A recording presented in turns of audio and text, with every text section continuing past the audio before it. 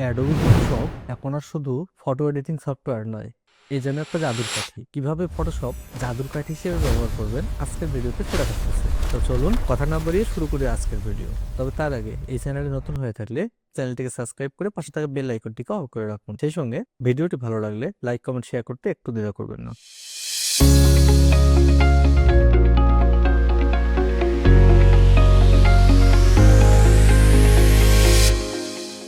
Adobe Photoshop open করে নিচ্ছি। আমার এই ফটোশপের ভার্সন হচ্ছে 2026 ভার্সন, অর্থাৎ লেটেস্ট যে ভার্সন সেটাই চলতেছে। তো আপনাদের যদি ফটোশপ 2026 না থাকে আপনারা আপডেট করে নেবেন। তাহলে কিভাবে আমরা ফটোশপকে জাদুর কাঠি হিসেবে উপস্থাপন করব সেটা দেখে নেই। আমি একটি ফটো ওপেন দিয়ে নিচ্ছি। দেখুন, এটি একটি পাসপোর্ট সাইজের ছবি। আমাদের বিভিন্ন প্রয়োজনে এ ধরনের পাসপোর্ট সাইজের ছবি ব্যবহৃত হয়। প্রিন্টিং এর ক্ষেত্রেও আমরা ব্যবহার করে থাকি, কিংবা কোথাও অ্যাপ্লাই করতে গেলে এ ধরনের ছবির প্রয়োজন হয়। অনেক সময় এই ধরনের ছবিগুলোকে আমাদের এডিটিং করার প্রয়োজন পড়ে, অর্থাৎ কখনো টাই লাগানো ছবি দরকার, কখনো আবার টাই ছাড়া ছবি দরকার। তো এ ধরনের একটা নর্মাল ছবিকে কিভাবে জাদুর কাঠের ছোঁয়ায় আপনারা অসাধারণ করে ফেলবেন আজকের ভিডিওটাতে সেটাই দেখাবো। দেখুন, এটা একটি নর্মাল পাসপোর্ট সাইজের ছবি। তো আমাদের যদি প্রয়োজন হয় এর চারপাশে আরো আমাদের জায়গা দরকার, তখন কিন্তু আমরা এই জায়গাটাকে এডিট করতে পারি না। অথবা আগে আমরা যেভাবে এডিট করতাম, দুই পাশে বড় করে নিয়ে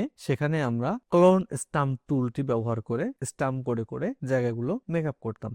এখন কিন্তু আর তার কোনো প্রয়োজন নেই। দেখুন, আমি যদি এখানে ক্রপ টুল দিয়ে জায়গাটাকে বড় করে নেই, তারপর জেনারেটিভ এক্সপান্ড এটিতে ক্লিক করি, কোনো প্রম্পট ছাড়াই জাস্ট জেনারেটে ক্লিক করে দেই, তাহলে কিন্তু আমাদের দুই পাশে যে পরিমাণ জায়গা আমরা বড় করেছি বা এক্সপান্ড করেছি সে জায়গাটা অটোমেটিকলি ফিল হয়ে যাবে। তাহলে চলুন দেখে নিই। আপনাদের কম্পিউটারের কনফিগারেশন অনুযায়ী এটাতে একটু কম বেশি সময় লাগতে পারে। তাহলে দেখুন, এখানে কিন্তু জায়গাটা একদম ফিল করে দিয়েছে, সেই সঙ্গে 3টি ভার্সনও করে দিয়েছে। আপনার যেটি পছন্দ হয় আপনি সেটি নিতে পারেন। তো আমি এটি রাখতেছি। এরপর শুধু এতটুকুই নয়, আমরা যদি চাই এই ছবিকে নিচের দিকেও এক্সপান্ড করে ফেলতে পারি। তাহলে চলুন সেই চেষ্টাও করে দেখি। আমরা ক্রপ টুল দিয়ে নিচের দিকটা এক্সপান্ড করে ফেললাম, সেই সঙ্গে জেনারেটিভ এই অপশনে এসে কোনো কিছু না লিখেই জাস্ট জেনারেটে ক্লিক করে দেব।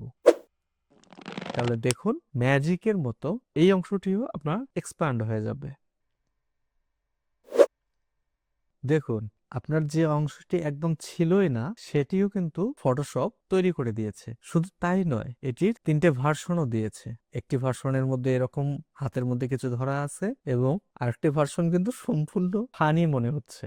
যাই হোক, আমাদের এই ভার্সনটা পছন্দ হয়েছে, এটা রেখে দিলাম।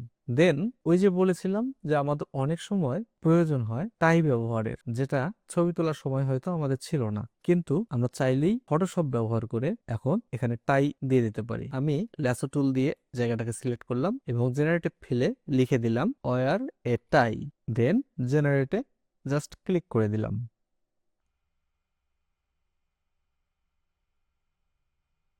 দেখুন, একদম ম্যাজিক, টাই চলে এসেছে। আপনার যেটা এটি পছন্দ হয় আপনি সেটি রাখতে পারেন। আমি এটিই রাখতেছি। ম্যাজিকের আসলে শেষ এখানেই নয়, আপনি চাইলে আপনার চোখের মধ্যে একটি চশমাও লাগিয়ে ফেলতে পারেন। আমি এই জায়গাটাকে সিলেক্ট করে দিলাম এবং জেনারেট ফিরে গিয়ে লিখলাম just I glass.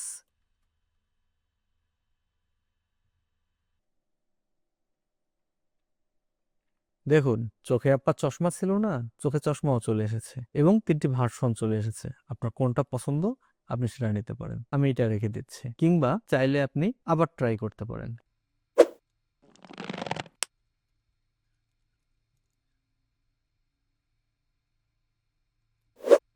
I glass পরিবর্তন করে দিয়েছে। এখন আপনার যেটা ভালো লাগে আপনি সেটা ব্যবহার করতে পারেন। এখানেই কিন্তু আমাদের শেষ নয়, আমরা চাইলে ফানি কিছু অ্যাড করতে পারি। অর্থাৎ এখানে দাড়ি নেই, আমি এখানে সেটাও তৈরি করে দিতে পারি।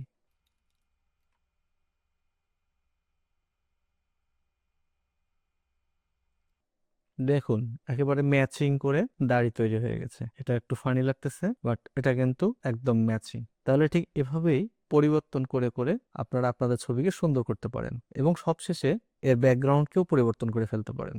কিন্তু এই ফিচারগুলো ব্যবহার করতে গেলে অবশ্যই আপনাদের ফটোশপের লেটেস্ট ভার্সন ব্যবহার করতে হবে এবং লেটেস্ট ভার্সনে জেনারেটিভ ফিল এই অপশনটি থাকতে হবে।